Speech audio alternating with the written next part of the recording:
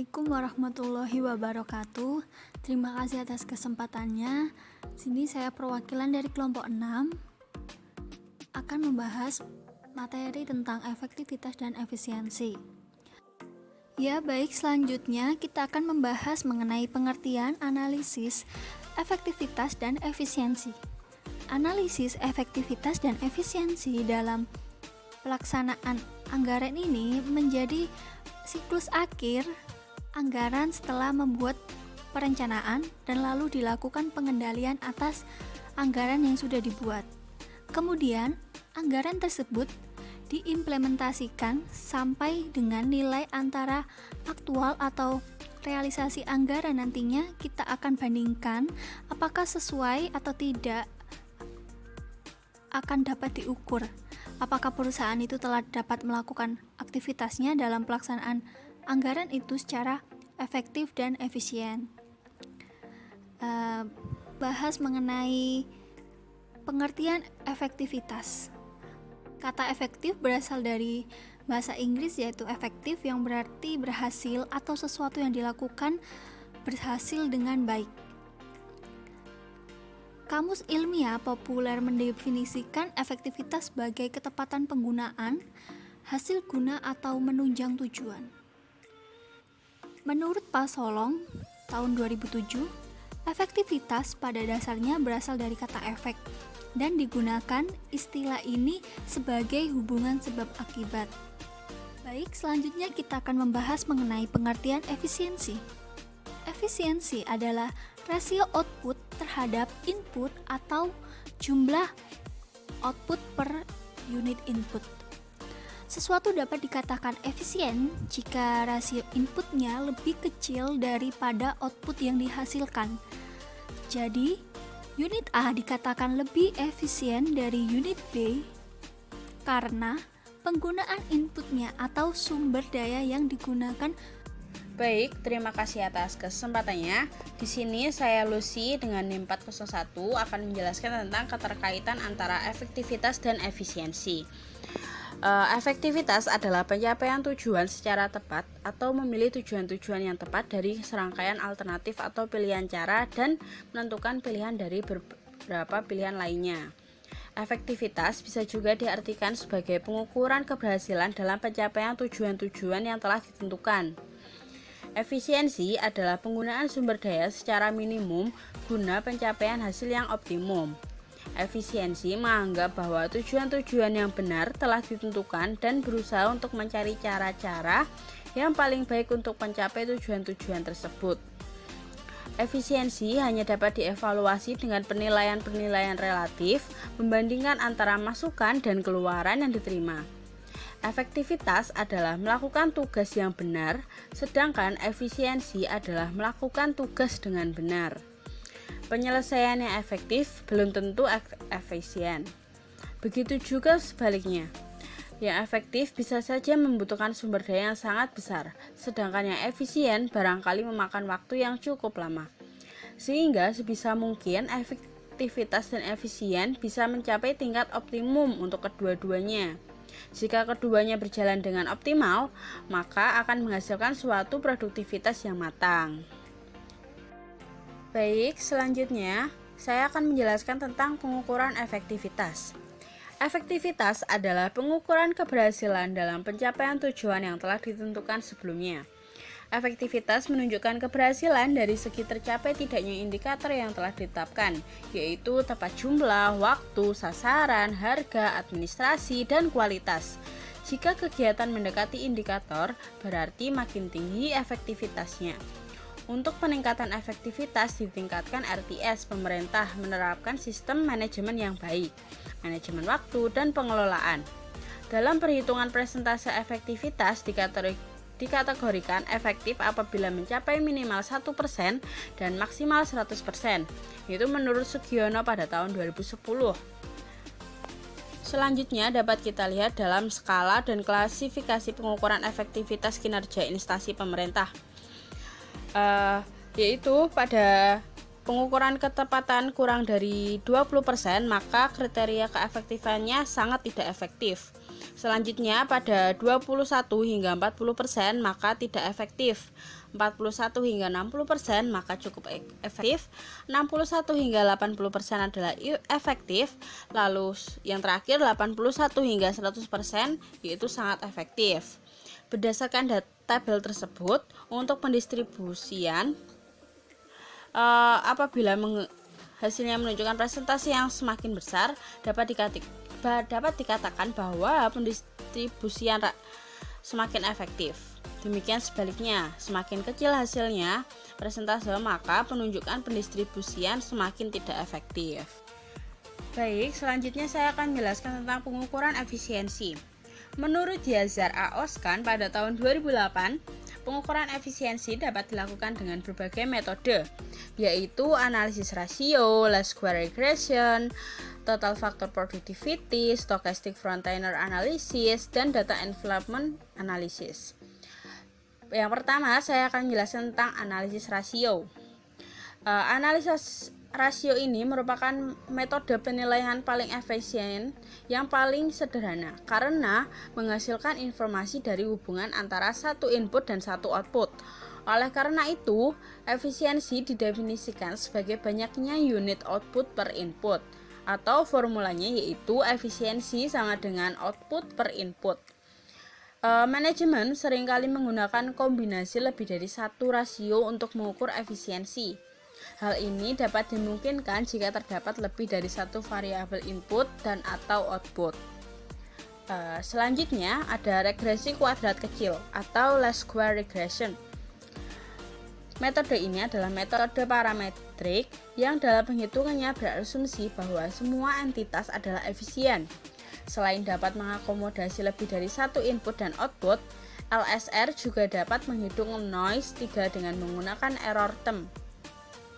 LSR mempunyai beberapa keuntungan, yaitu LSR dapat digunakan untuk mengukur perubahan teknis jika menggunakan data periodik atau time series, dan ekonomi skala dapat dihitung. Walaupun demikian, LSR juga memiliki beberapa kelemahan. Yang pertama yaitu LSR mengukur berdasarkan kecenderungan atau nilai rata-rata.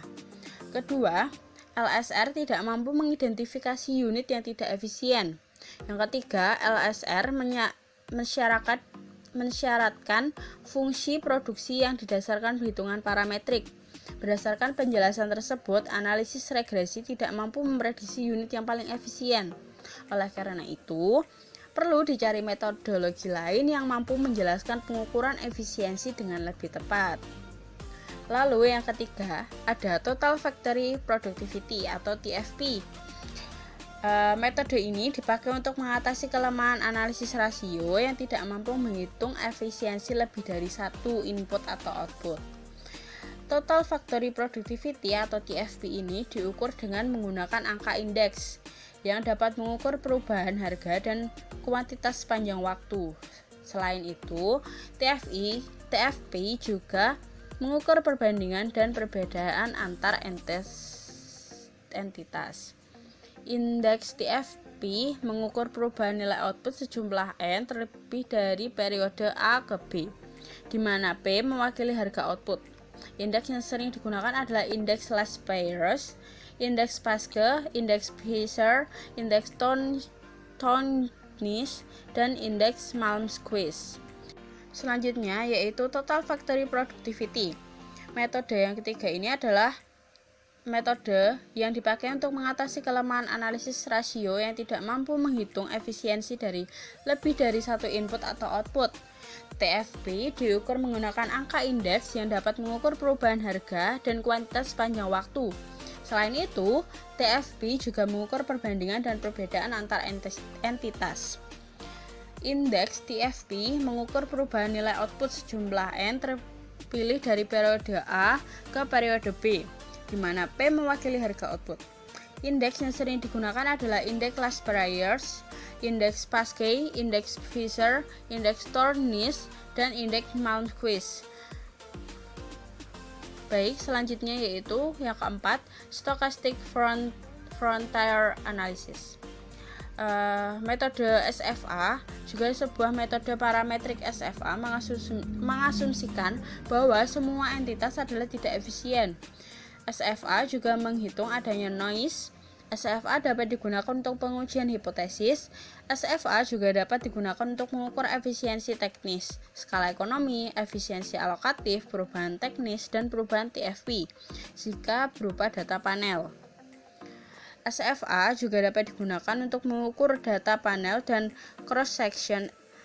SFA juga mempunyai kelemahan, misalnya SFA mensyaratkan spesifikasi bentuk fungsi dan bentuk distribusi unit yang tidak efisien. Dengan penggunaan informasi harga samping kuantitas, kesalahan pengukuran tambahan mungkin dimasukkan dalam hasil. Unit yang tidak efisien merupakan hasil perhitungan efisiensi teknis dan alokatif. Kedua sumber ketidakefisienan ini dapat dipisahkan dalam penelitian ini. Tidak dijelaskan. Model umum SFA adalah sebagai berikut. TC sama dengan TC tanda buka kurung Y W ditambah V plus U. Keterangannya yaitu TC adalah biaya total, Y adalah output, W adalah harga input, V adalah random error dengan asumsi data terdistribusi normal dengan varian 0, U adalah efisiensi residual. Selanjutnya, yang kelima, data envelopment analysis. Metode yang kelima adalah data envelopment analysis atau DEA. Metode ini adalah metode non-parametrik. DEA mengasumsikan bahwa tidak semua entitas adalah efisien. DEA mampu menganalisis lebih dari satu input dan atau output dengan menggunakan model program linear yang menghasilkan nilai efisiensi tunggal untuk setiap penelitian. Baik, ini penjelasan dari saya. Selanjutnya akan dijelaskan oleh rekan saya. Terima kasih.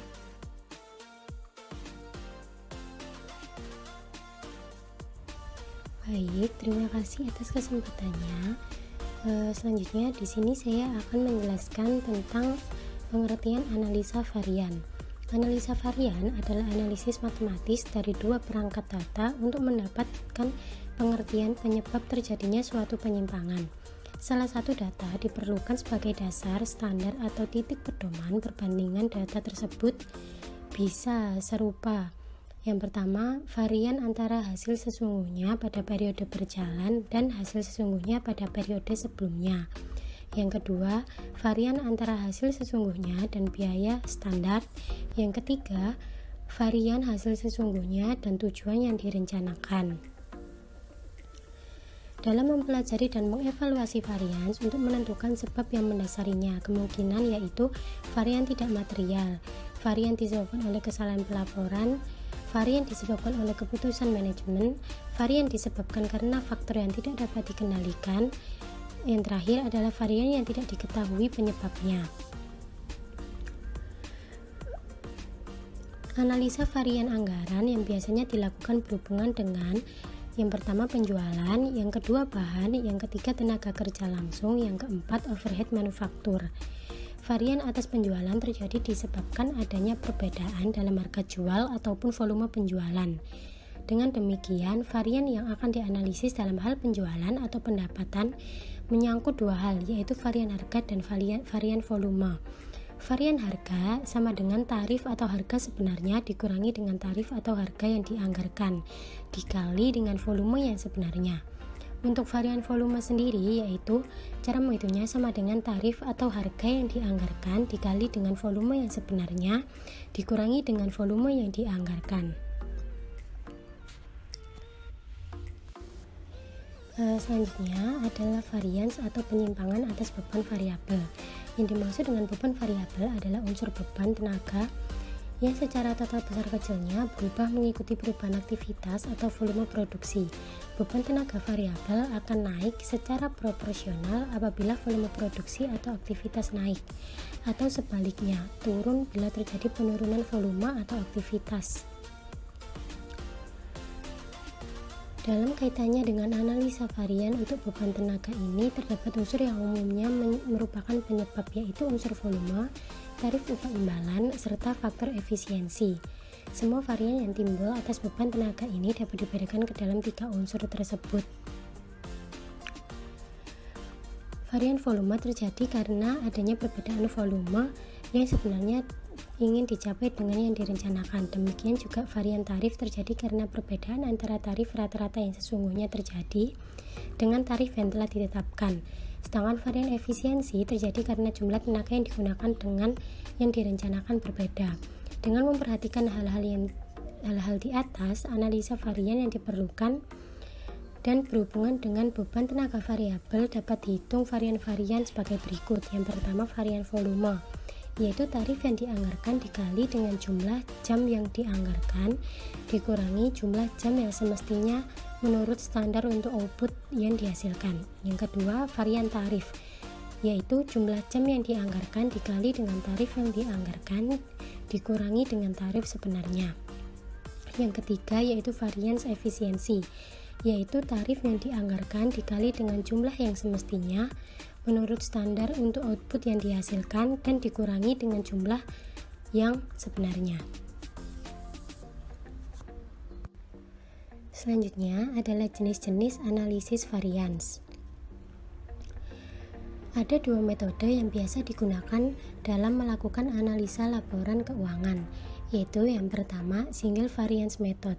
Dalam metode ini, analisa varian langsung diperbandingkan antara apa yang dianggarkan dengan realisasi yang dicapai oleh masing-masing anggaran yang bersangkutan.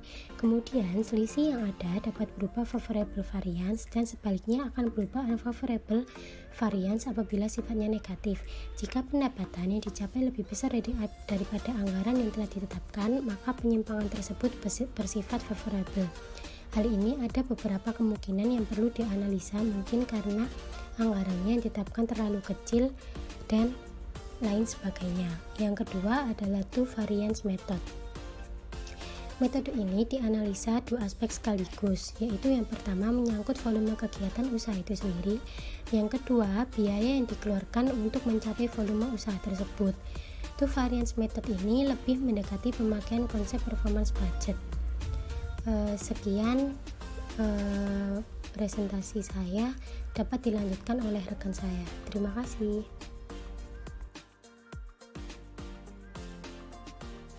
Baik, terima kasih atas kesempatannya. Selanjutnya saya akan menjelaskan tentang manfaat analisis varian, yaitu ada 3 macam manfaat. Yang pertama adalah untuk mengetahui sejauh mana anggaran. Jadi perusahaan itu dapat melihat sejauh mana penganggaran yang dikeluarkan dari perusahaan itu sendiri.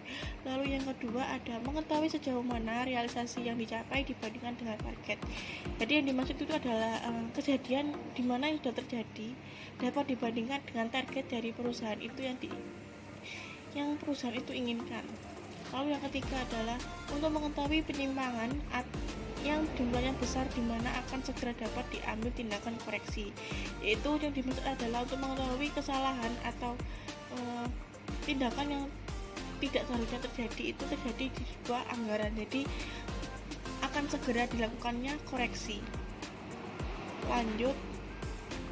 Selanjutnya adalah penyusunan anggaran biaya bahan baku, di mana anggaran biaya bahan baku menunjukkan besarnya bahan baku yang diperlukan untuk mengelola sebuah produk yang dianggarkan. Besarnya biaya bahan baku itu dapat dilakukan dengan 2 langkah atau dengan 2 cara, yaitu yang pertama menentukan kualitas bahan baku yang dipakai untuk proses produksi, yaitu di mana perusahaan itu atau sebuah karyawan itu harus menganalisa terlebih dahulu bahan baku mana yang baik dan bahan baku yang mana yang buruk yang dapat menghasilkan sebuah produk yang baik yang berkualitas baik untuk dibeli oleh sebuah konsumen.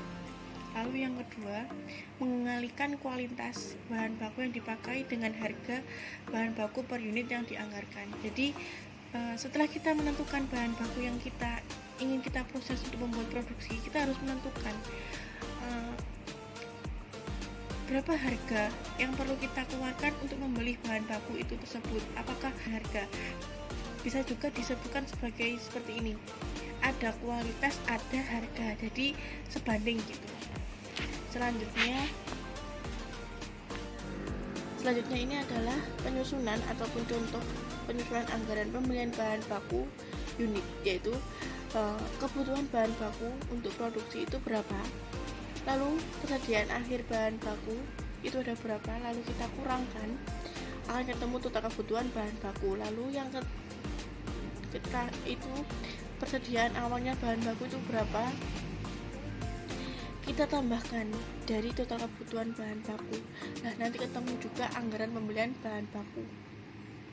Nah, selanjutnya ini adalah penyusunan anggaran biaya tenaga kerja langsung, yaitu dalam menyusun anggaran biaya tenaga kerja langsung, perusahaan harus mengetahui jam kerja yang diperlukan untuk mengelola suatuan unit produksi, tarif upah yang dibayarkan kepada para tenaga kerja langsung, dan waktu yang dibutuhkan dalam melaksanakan kegiatan proses produksi yang masing-masing berkaitan dengan jenis barang jadi yang akan dihasilkan, serta departemen di mana para tenaga kerja langsung tersebut akan bekerja. Nah, dalam penyusunan sendiri ini dapat diperhatikan hal-hal berikut ini, yaitu yang pertama jumlah jam kerja langsung per masing-masing bagian produksi. Jadi per bagian produksi itu kita harus mengetahui sampai jam berapa dia memproduksi barang tersebut.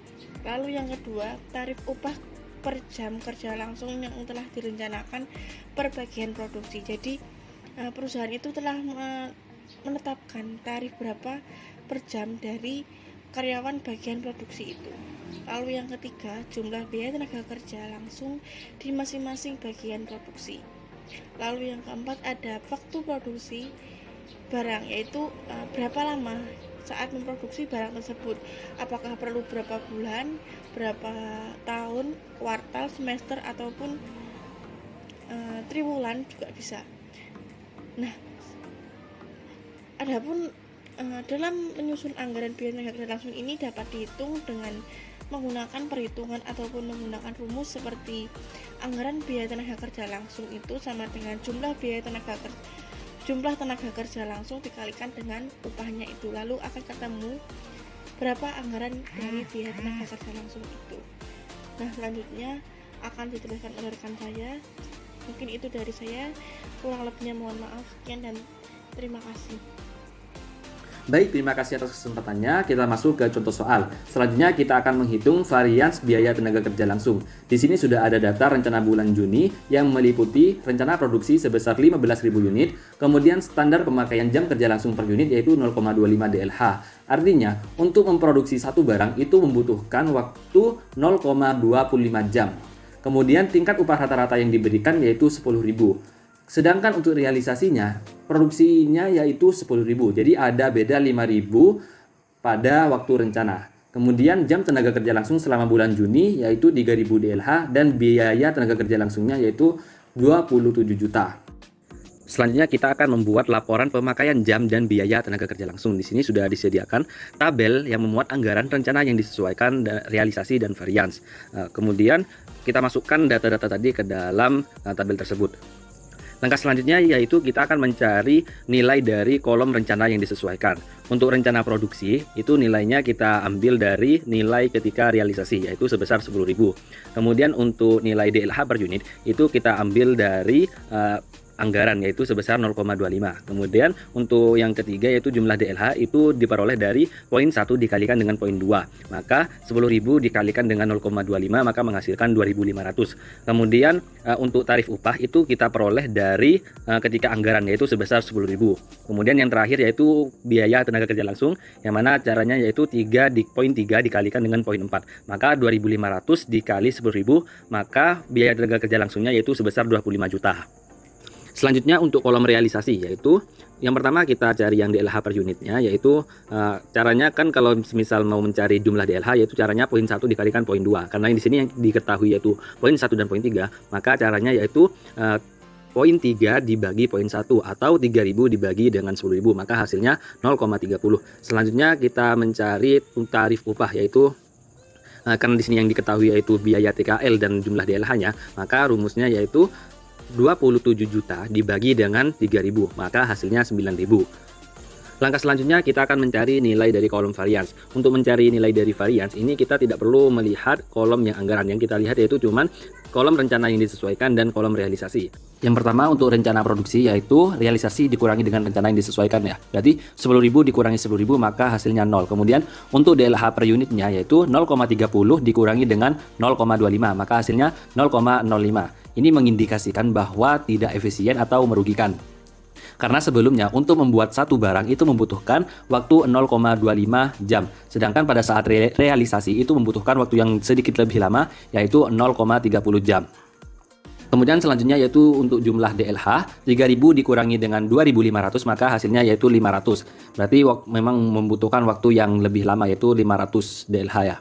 Kemudian untuk tarif upah yaitu 9.000 dikurangi dengan 10.000 maka hasilnya minus 1.000. Berarti ini mengindikasikan bahwa menguntungkan karena sebelumnya pekerja itu dibayar sebesar 10.000 namun ketika realisasi mereka itu dibayar 9.000 berarti menguntungkan. Kemudian yang terakhir yaitu biaya tenaga kerja langsung yaitu 27 juta dikurangi dengan 25 juta maka hasilnya 2 juta. Berarti ini tidak menguntungkan karena perusahaan harus mengeluarkan 2 juta lebih banyak daripada saat rencana.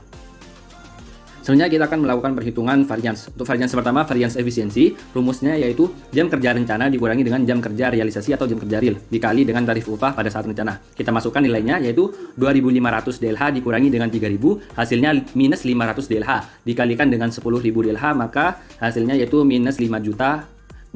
Ini mengindikasikan bahwa merugikan atau tidak efisien. Kemudian yang selanjutnya yaitu varians tarif upah. Untuk rumusnya yaitu tarif upah rencana dikurangi dengan tarif upah real atau tarif upah pada saat realisasi dikalikan dengan jam kerja real atau jam kerja realisasi.